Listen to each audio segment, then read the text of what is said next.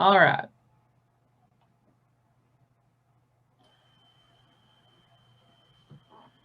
Good evening, everyone. I wish I could see you. Thank you so much for joining us. And I'm going to turn everything over to Heather and let her tell you about herself.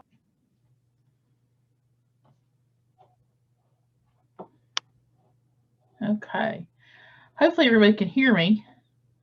My name's Heather Askey, and I work at the Center for Teaching Excellence at UVA Wise. And That's a really clunky entry. Sorry. Just thinking a little bit about myself. I'm instructional technology coordinator. It depends on the day what the title is. But a lot of people know me just from the technology trainings that I do, and my passion for technology and learning. And during this time, this is a very timely topic that we're going to talk about today. I'm going to go ahead and share my screen with you, and so we can get started. I know we're talking a lot about hybrid or virtual, and the point of this is why technology skills matter in today's classroom, and nobody feels that more than classroom teachers. No one knows the answer to this more than classroom teachers. This is something that I've been preaching. I've been preaching technology in the classroom since I was in the classroom.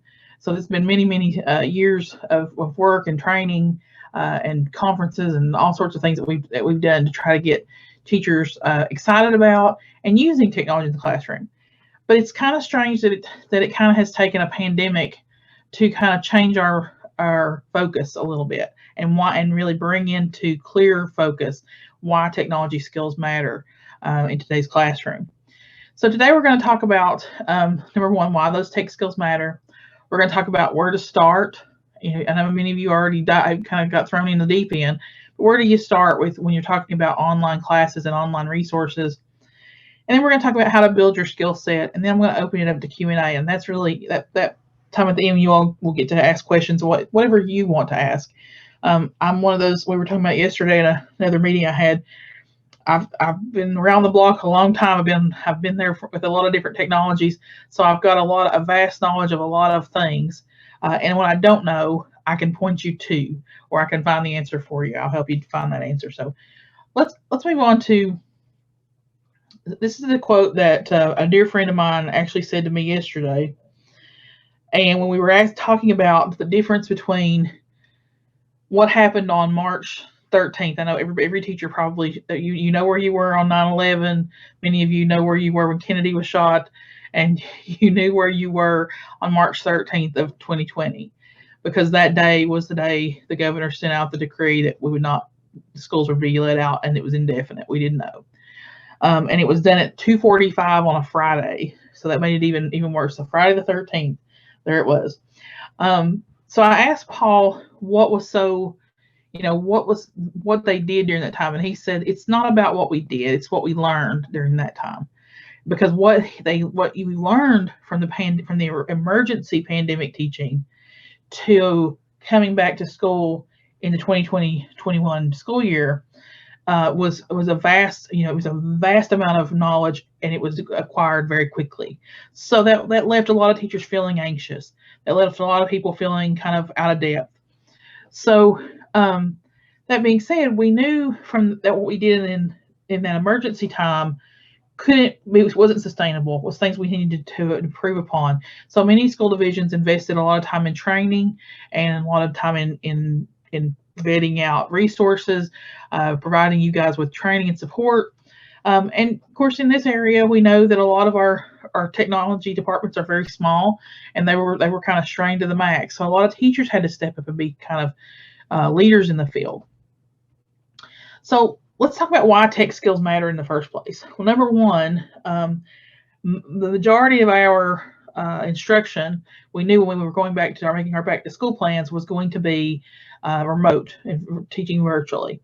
So obviously teaching virtually requires a set of tech skills that are important to be able to deliver, to be able to have smooth things, and to be able to not drive you crazy. I mean, that's the long and short of it. The teachers I saw that were struggled the most were the ones who lacked some basic tech skills. And I go back to the ISTE standards for educators. Now, this is the international standards for technology and education for educators, and they break it down into these 7 domains here. So you have the technology skills for a learner, and the things for the leader here. I'm going to go in here. We're going to talk mostly today about you as a learner, you as a designer, and you as a facilitator of knowledge.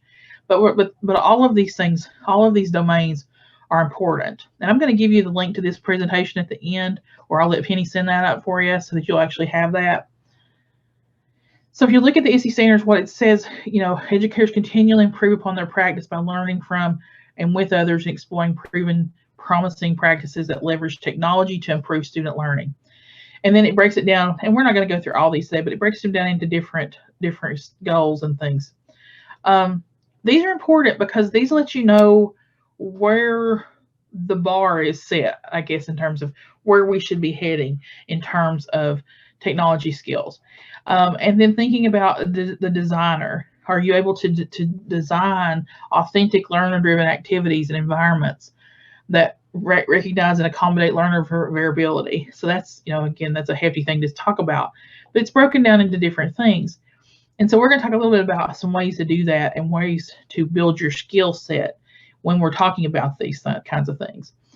So just in terms of why that's important, again, all of those things kind of come back together in the fact that they're all the skills that are the foundational pieces of being able to teach online and be able to design online. Now, it's kind of interesting. Like, I've spent 10 years or more building an online program. So when I saw teachers having to do it in, a week, 2 weeks, a summer, it was concerning to me that we were going to lose some of those foundational pieces of planning just for panic reasons and trying to get things done quickly. So where do we start? So when I think about where we start, we have to start with asking ourselves some questions. So number one is, how do I want my class to function? Now, many teachers try to mimic exactly what goes on in their classroom in online, and it doesn't translate that well because there are some advantages and there's some features to online learning that you don't have in the classroom, and vice versa. There's some immediacy that things that you don't have that you have in classroom that you don't have in online things. So we have to decide how's your class going to function. So in terms of, are you having classes meet during the day? I mean, one of the things, sometimes this is actually above your choice, but it may be the school division's choice. Is, hybrid, virtual, or are you going to have both at once? And that was one thing when we were talking about schools going back and kind of watching these school boards make decisions that really concerned me, was that, when you're designing for hybrid, your online looks one way. If you're designing for full virtual, it looks another way. But if you have both at the same time, there's an additional set of things to think about. Because you're one teacher, you're one person, and not everyone may be able to log in at the same time. So if that's the case, and we know we have areas where we don't have connectivity, so how are we going to get students, connected? How are we going to get students engaged? How are we going to get work completed and lessons done? So that's when we have to kind of think about, are we going to have synchronous versus asynchronous activities? And I would encourage you to kind of do a blend of the two. So have things that are due, during a set period of time. So that if I'm a student who doesn't have internet at home, but my grandparents do, I can go over and use their internet. Or if I have to wait till my parents get home because I don't have a laptop to work on until they're home in the evenings, I can do my lessons in the evenings and turn those in. And so we have to have that functionality built in. And how a regular face-to-face class operates doesn't necessarily function that way. So that's the thing. We have to make these decisions up front. We have to be diligent and intentional about those decisions. I teach a class called Principles of Online Learning, and I drive my students crazy because I spend 2 weeks building the plan from start to finish and have them flesh it out down to the types of activities they're going to use, down to the technology, the types of questions they're going to use. But I think it's so very important that we think about these things. Because it does take more planning to do some of those online pieces. And again, planning is key, absolutely key. So I'm going to back up just a second and talk about the difference between synchronous and asynchronous. Now, most of you probably already know this, but just so we're all on the same page with our terminology, synchronous means you're live. It's something like we're doing here in this webinar. If you're on this webinar live, then this is a synchronous activity for you. So there can be talking, there can be interchange. I can see you. In some cases, you can see me. It's a live chat. This can be done through Google Meet, Zoom, any number of different technologies will allow you to do this. Asynchronous activities are things like forum discussions, but it could also be something like this activity we're doing here if it's recorded. So if you're watching this as a recording, then you're doing this assignment as an asynchronous assignment. So it just means it's not together with a group. So synchronous is together with a group. We're all in sync. Kind of put that together. We're in sync there. And asynchronous just means we're not with the group. So you need to have a mixture of things. So because, especially with our younger learners, they're not always able to connect at the same time just because of circumstances beyond their control, really. All right, so after you have a plan, then what? So number one, get familiar with your platform. If you're a Google user, and most of you are, most of the school divisions in this area, I'm going to go out of my script slide here because I want to start a new thing here. I want to show you. Get familiar with this waffle. I know it's not really a waffle, but it's they're your Google apps here. If you're a Google user, you should know these Google apps, or at least some of them, like the back of your hand, and you probably have used them so much. So when I click there, knowing how to use Drive, knowing that your Drive is a place where all your documents are stored, and that everything in Google Classroom is that you upload is going to be stored there.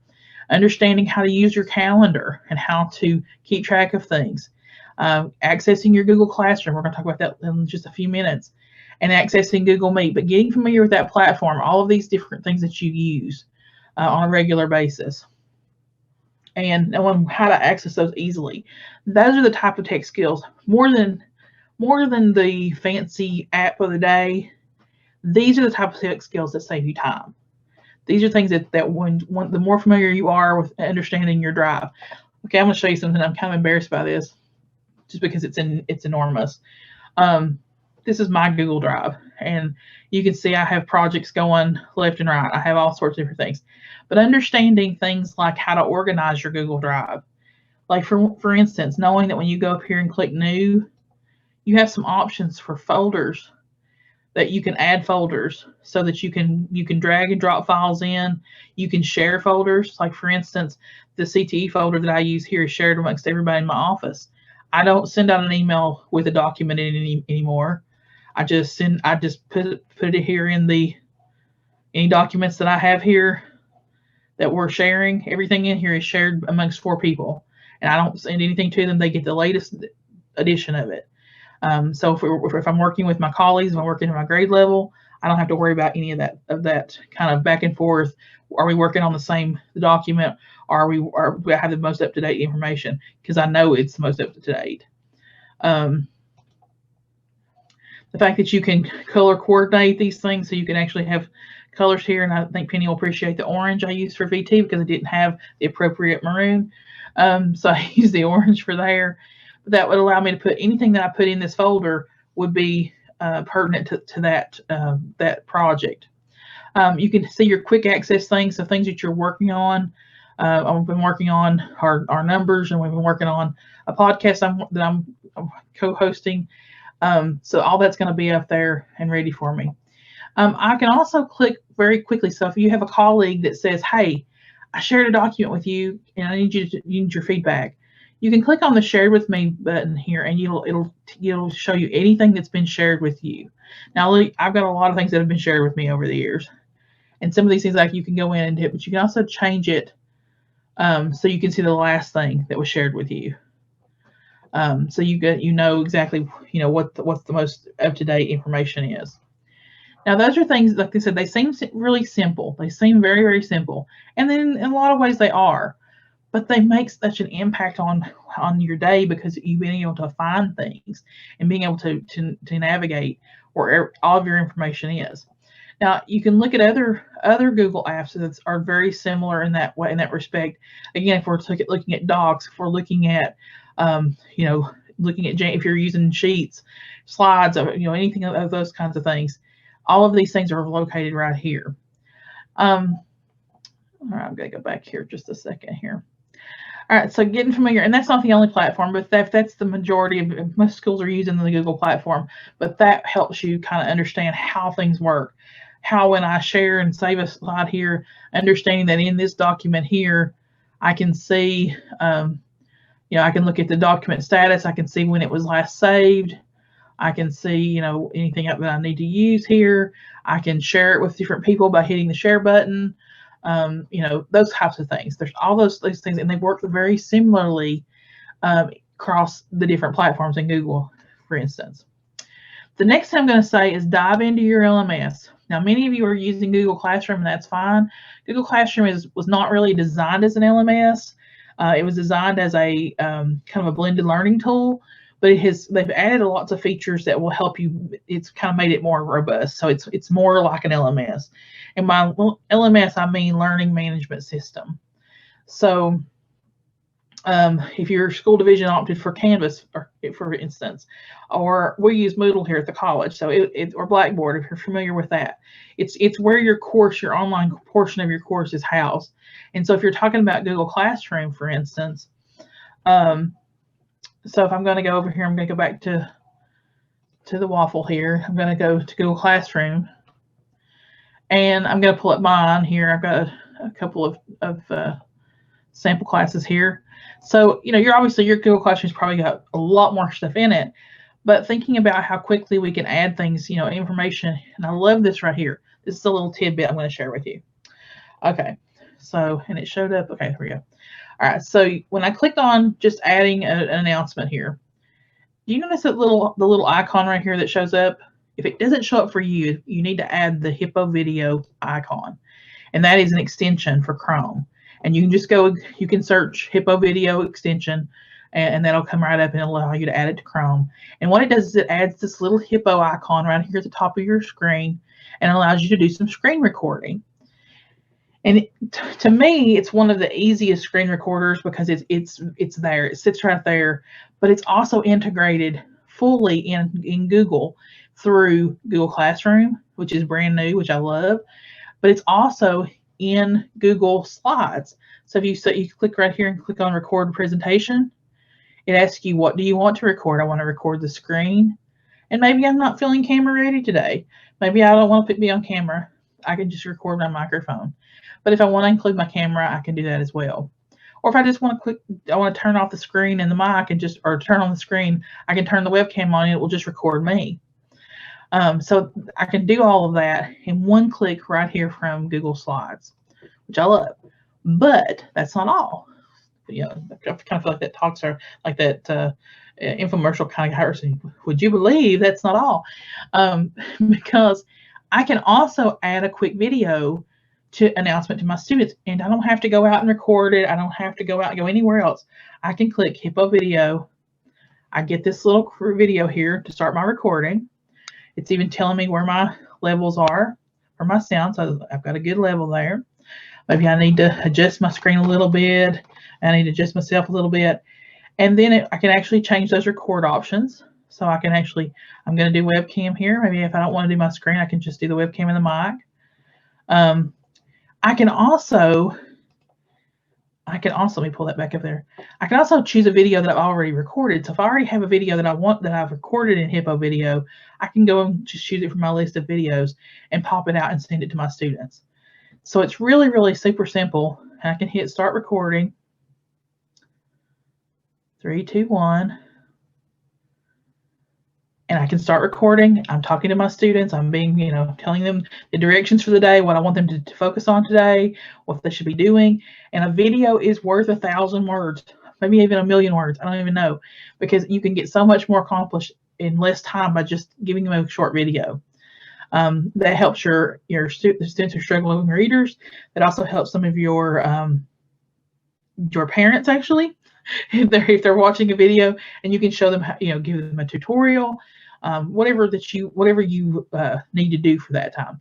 When I finish recording here, it asks me, does it still magic?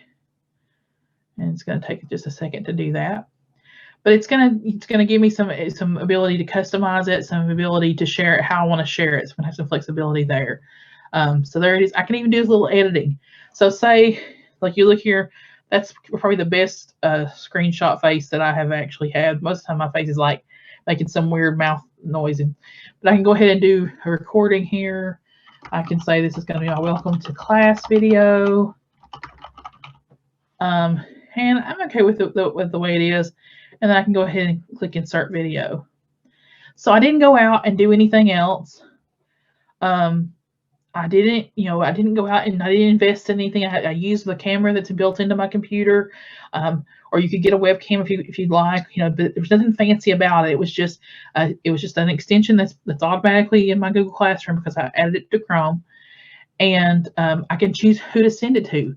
If I don't want to send it to all my students, or maybe I just have a couple students that are struggling, I can say, okay, I'm not going to send it to everybody. I'm just going to send it to Jennifer and to Tracy, and then I can send that, or I can choose a different class if I want to send it to all my classes at once.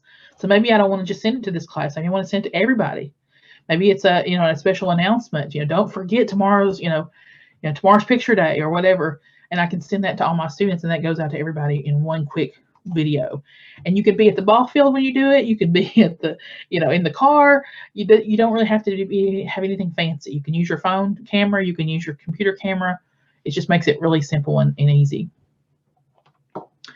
Okay, that brings us to, well, I'm going to look here just one more thing. I'm going to actually, so there's a link for your students there. So we're talking about classwork in Google Classroom. Many of you probably already are pros at this, but hopefully you are if you're using Google Classroom. But again, creating those different assignments and knowing what you can use, knowing that you can organize your classroom into topics. This is something that really was really hard for me to kind of wrap my head around, because the LMS I currently use is in modules. So I was able to kind of organize material a different way. Google Classroom, again, it was designed initially to work along with your face-to-face instruction, so that it was kind of a blended option. It was to complement the face-to-face instruction, not really take the place of it.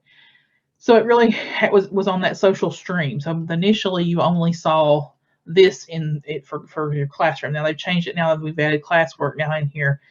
But the cool thing now is we can actually create topics in your Google Classroom. So if I want to have topics, I can do week 1 work, and everything I add and organize under that topic will be assignments due in week 1. So when my students go to their classwork, they're not overwhelmed with 14 different assignments. They know that this is week 1's assignments, and this is, and they can go back and check on a grade, or they can go back and check on an assignment, and I can go back to and add different topics. Again, when I add week 2 here, and this just allows you to. So when I get here, I can move it down if I don't like it. I can move things around. I can rename it, but I'm going to create something here. If I create an assignment, and then it's going to ask me here. So when I'm going to add my title, I'm going to add my instructions. I'm going to add any support materials that I need to add. I can even add a Hippo video direction, so I can give my students maybe who are struggling readers some additional directions. Or I can add a video that maybe is an example for them to follow. So I can do that. I can tell which class it's going to be for. How many do all students get this, or just certain ones? That helps with the differentiation. How many points is this assignment going to be worth? When is the due date? And then this is where I can tell it which topic to place it in. So this is going to be my week 1 topic, and I can also attach any rubrics if I want to do that. So I'm going to put here. I'm just going to for assignment 1, and I'm going to go ahead and hit assign here. So that way you can see assignment 1 shows up here. So I'm going to go and move these up so that I can put them in order. So you guys can kind of see how we can organize our Google Classroom so our students kind of understand where, what the information's due first. And then we can also look at, our people things. Again, actions, we can do actions that are bulk actions for students that will save you time. So if we want to send an email to all students, I can do that in one fell swoop there. All right. So thinking back to to your LMS too. If you're not using Google Classroom, if you're using another LMS, for instance, Canvas, Moodle, Blackboard, which there's umpteen different ones that are out there. I think right now VDOE has invested in the Virtual Virginia resources that are in Canvas. So many school divisions are either using Canvas and Google Classroom, or just Google Classroom with some Canvas, some classes in Canvas. There are lots of trainings out there, so I would encourage you to go and to look at some of those. And we're going to I'm going to give you those resources that will help you extend that learning so that you can find the answers to specific questions. And then the last thing I'm going to talk about today is getting comfortable. The last new thing I'm going to talk about here is getting comfortable with Zoom and Google Meet. Whatever your school division is using for that synchronous instruction. So like we were talking about a moment ago, like I was showing you the information from the waffle there, Google Meet is here from your Google resources, and it's really, really simple to start that new meeting. You're basically clicking, and I say that it's clicking and taking a moment for mine to, so I can click get a meeting link to share with my students, and I can post that in Google Classroom. I can schedule it in my Google Calendar. That way I can send it to people that way. Or I can just, if I have a student who's struggling, I can start that instant meeting. And you're going to see if my computer may blow up then because I've got a Zoom meeting and a Google Meet going on at the same time. But it shows you some things that you can do here with students. You can play around, turn the background blur on so your students don't see everything in the back of your house if you're so inclined. But you can, there's lots of different options there too. You can turn off that. You can go into your settings and do some things with your camera, your audio, and you can also present your desktop and your desktop. I use these kinds of things. I use Google Meet and Zoom really more so for one-on-one. I do virtual office hours where I have students come in and ask questions, and I go over, and so I'll allow them to share their screen with me and show me what they're doing, and then I can give them feedback. Or if they're asking specific questions, I can show them, well, here, this is how you do that, and I can share my screen back and forth in that one-on-one time. You could do small group instruction that way. You also have the ability to do breakout rooms in Zoom. I think Google Meet also has a breakout room feature depending on which level. If you're I don't have the level for my account because I'm not a part of a school account, but I think in the school accounts you have the ability to break them into groups and do assign different activities, and you can pop back and forth between the groups. But again, thinking about how do you want to use these tools, and especially when you're talking about many schools are doing the virtual and the hybrid option together, or so that you have it maybe in a classroom where you have a live link going for your all day long, pretty much throughout the day, for students to pop in and out for their classes. And if that's the case, that gets a little cumbersome. But again, you can do that with Google Meet or Zoom, and that way students can hear what's going on, can get the instruction. But again, making sure that you have that synchronous and asynchronous pieces so that everybody's kind of working and has success throughout. All right, I'm going to pause just a second so I can look and see if there's any questions in the chat. I don't see any. And feel free to go ahead and you can, if you have any questions, I'm going to have a Q&A section at the end, but if there's anything that are burning questions, just pop in there and Penny can maybe read those for us if there's anything that comes up. All right, I'm going to continue. All right. So, thinking too here, what if I still only know the basics? It's okay to be okay. I don't know if I need to revamp this. It's okay to be just okay. We're all just but it's not okay to not keep improving. So by you showing up here today, you're telling us that you're here to learn something, hopefully something to add to your toolbox. And so we're all learning and we're finding out what works best. And I think that go back to the quote that Paul Glendenin had, where he was talking about, we know what we learned and what we're continuing to learn.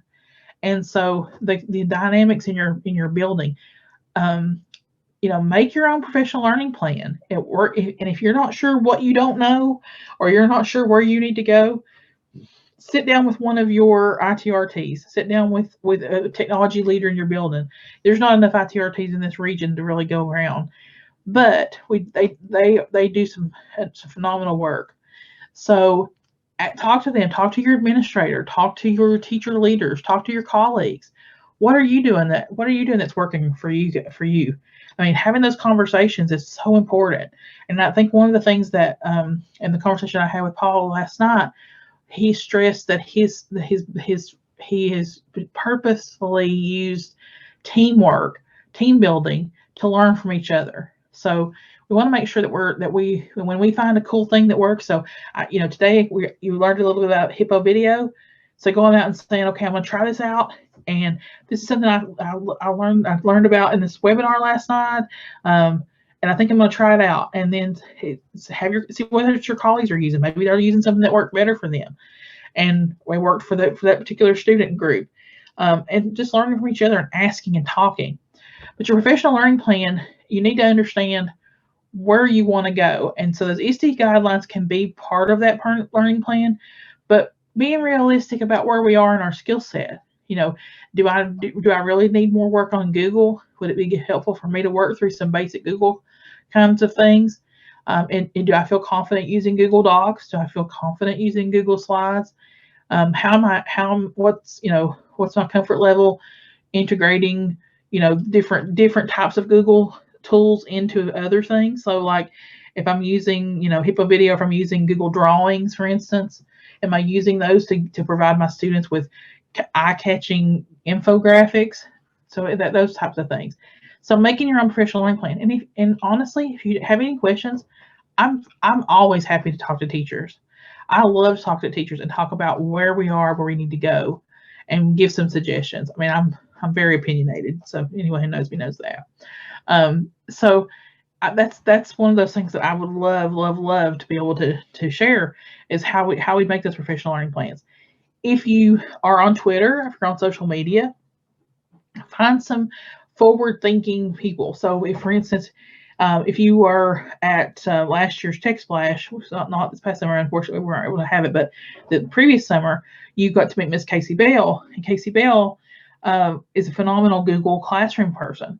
So she knows all sorts of things about Google. She's a Google guru. She's a Google innovator. So if you follow her on social media, she's going to give you 101 great tips on using Google.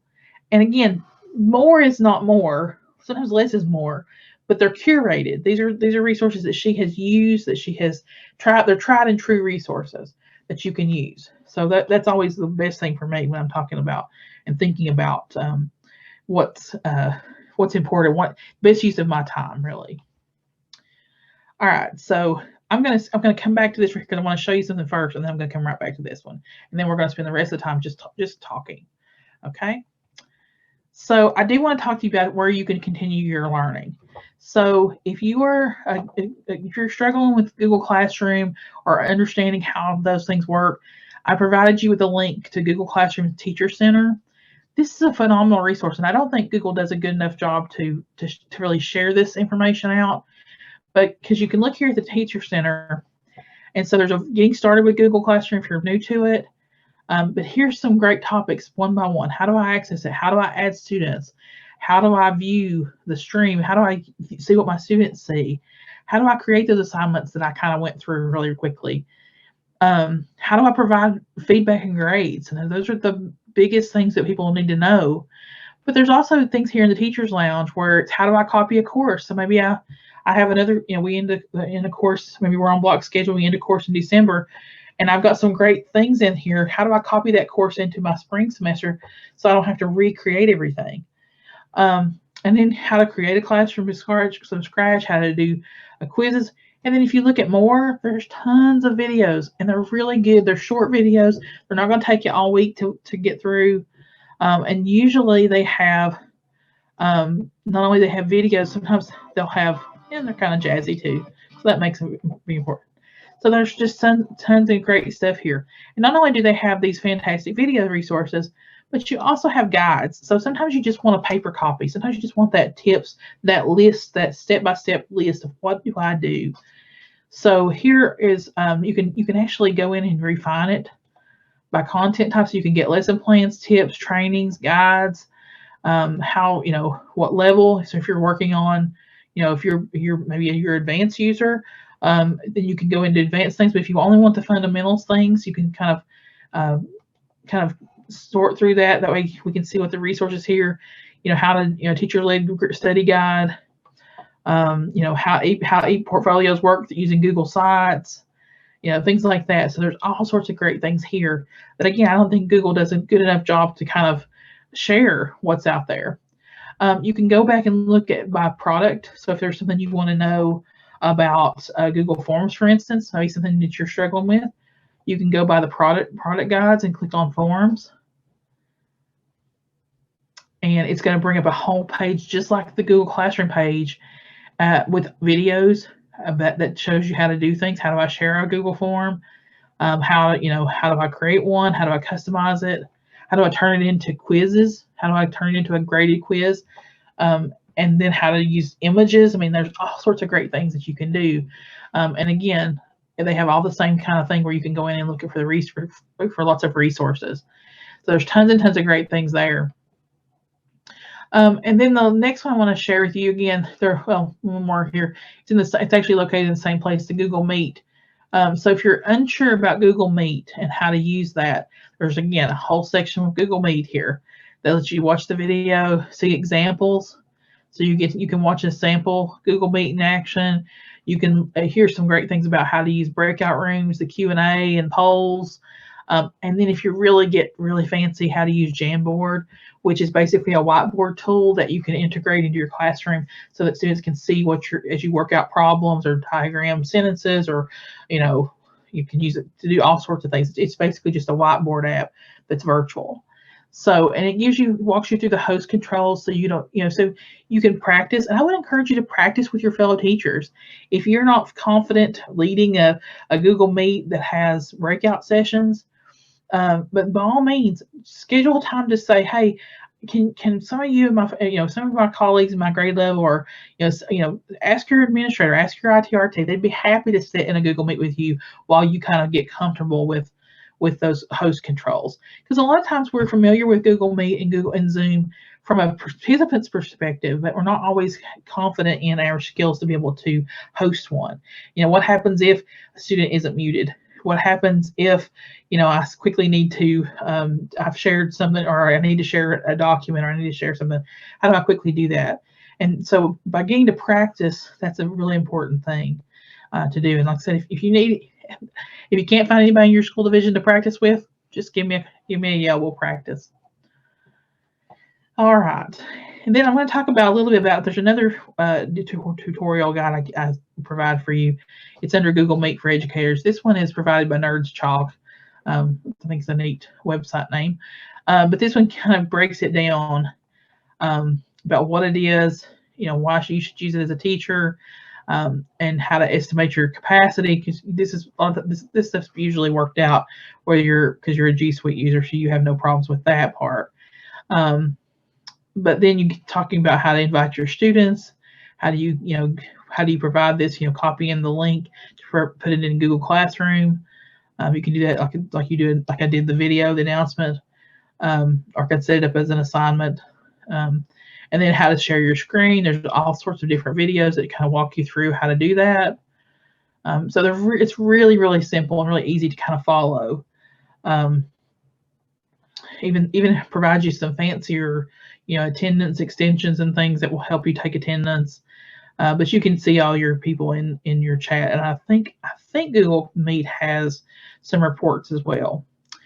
Now, if you are, there are even some things talking about Jamboard I just mentioned.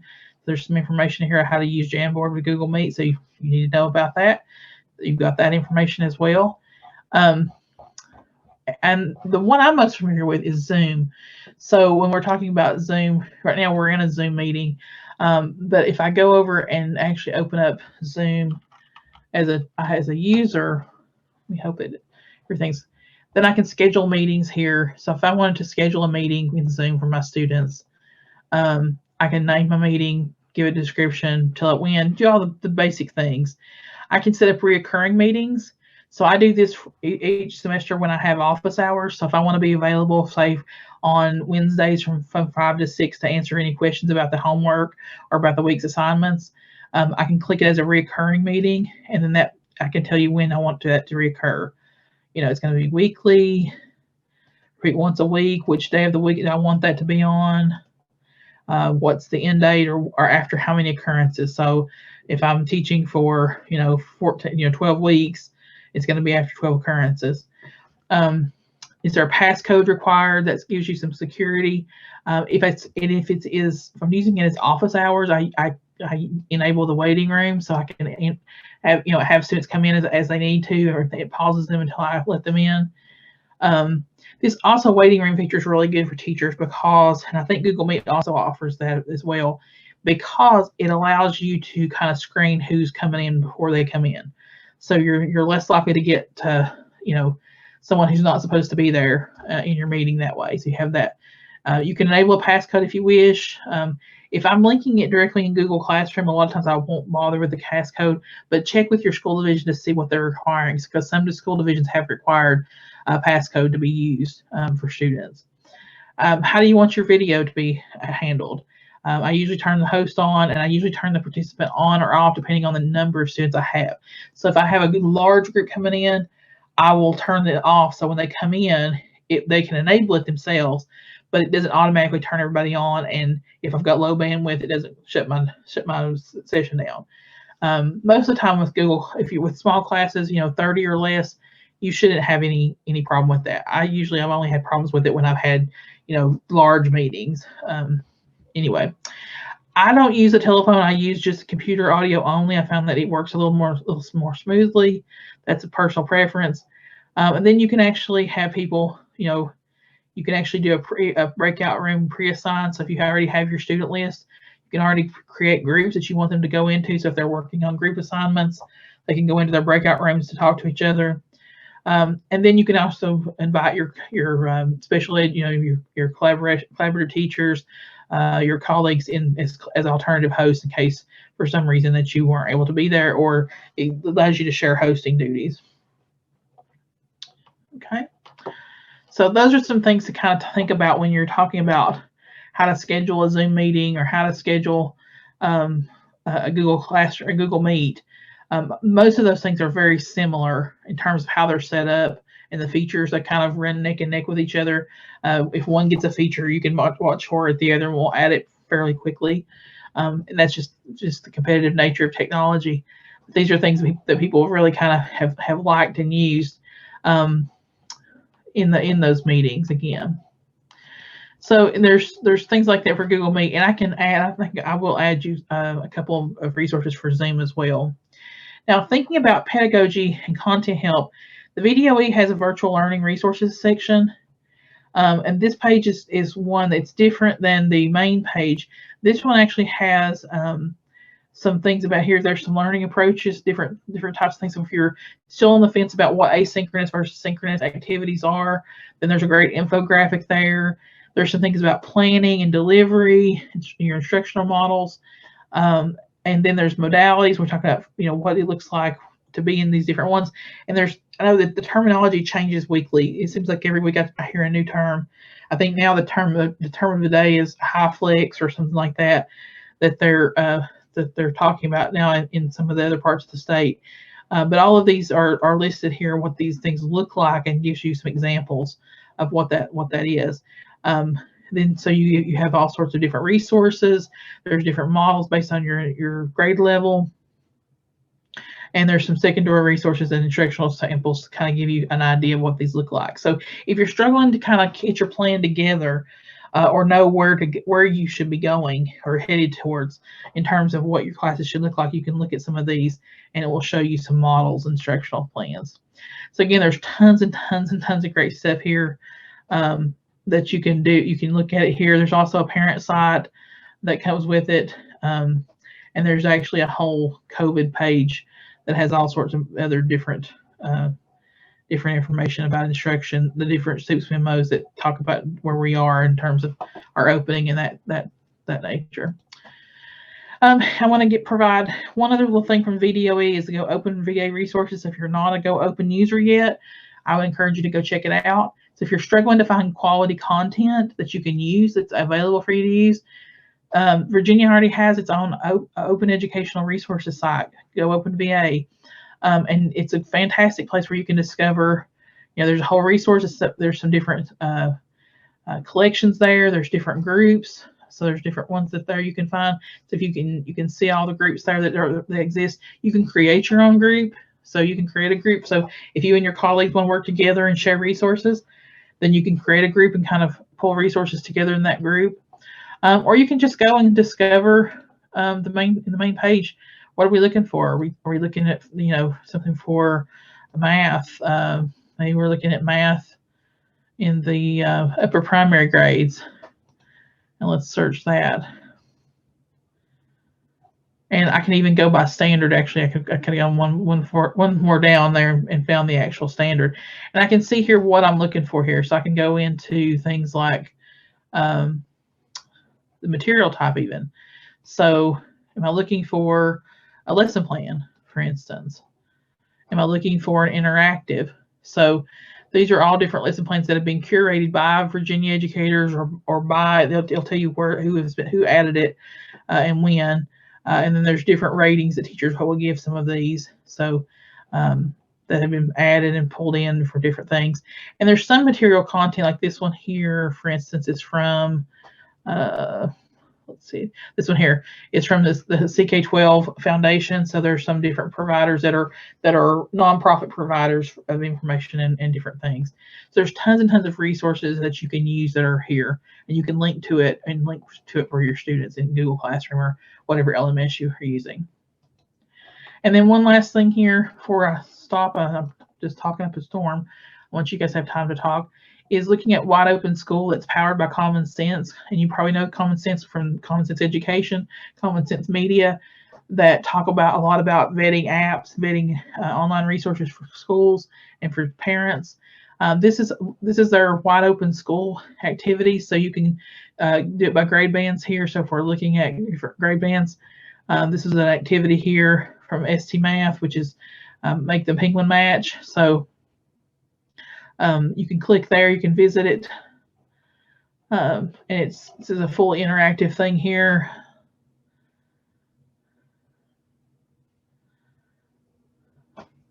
Let's see if it's trying to load, but it allows you to play the game. So I'm trying to make the penguin match. So, all right. Trying to match this penguin over here, so I have to, there we go. So he's matched. So I'm not gonna let y'all watch me do this because my sense of perception maybe not that great.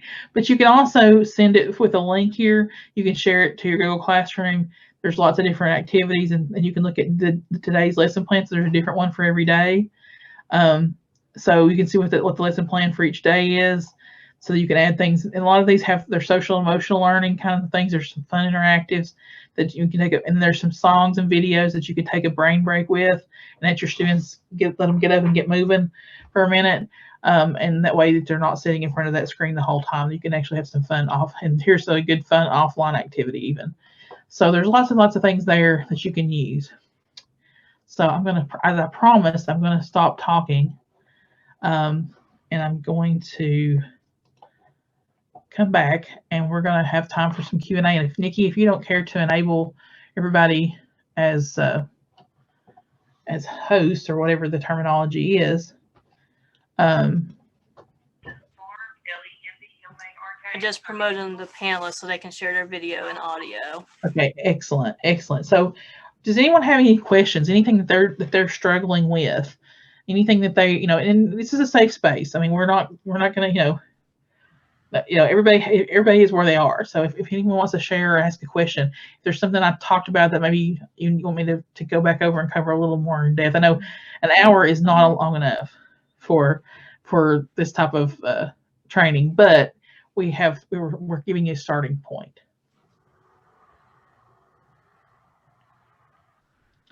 And if you don't want to use your audio, you can type it into the chat.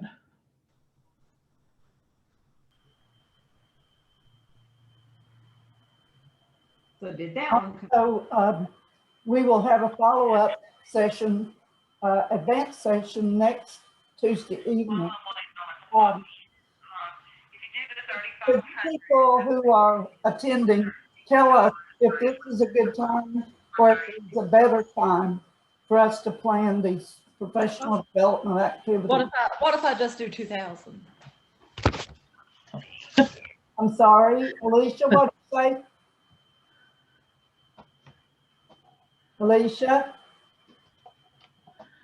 I think maybe she wasn't necessarily thinking when she was on. So let's see if we can mute her. She's on the phone, maybe. Yeah. Let's see. Can you mute her, Nikki, till she's ready?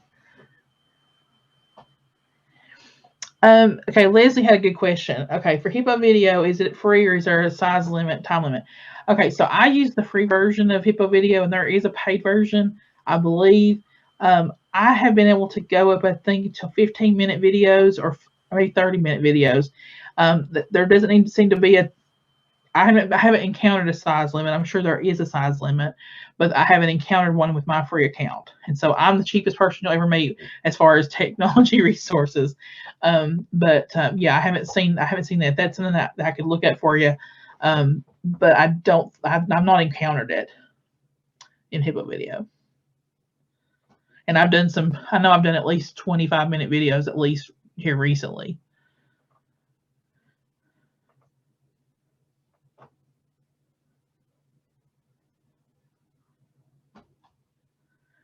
And Hippo Video, I mean, if you're familiar with Loom or some of the other screen capture, Screencastify, those kinds of things, those all of them work very similarly. I just find the Hippo is the video quality is a little bit better, and then I love the integration right in Google Classroom and Google Slides. Anytime I don't have to log out and go somewhere else is a fantastic day.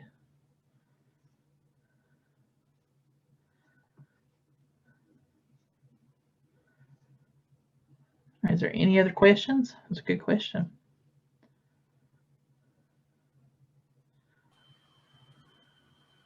Great job, Heather. Thank you. We'll send that information to Nikki and me. Nikki will put it on the website so everyone can access and go back and review anything that they might want to hear again or see again. Okay? Okay. And we'll see everybody, I hope, next Tuesday, 4 o'clock. Thank you. Thank you. Yeah, Leslie, I think it will save you some time. It's because, again, you don't have to go out to a different website. You don't have to do anything. It's all, and everything is saved web-based. And Hippo Video also has a integration with Google, with YouTube as well. So you can import it straight into YouTube if that's easier for your students to see, or you can just give them a link straight to Hippo Video. So it saves you incredible amounts of time. So.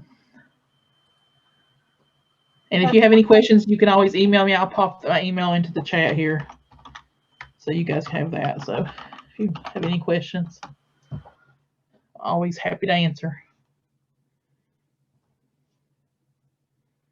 All right. Thanks, guys.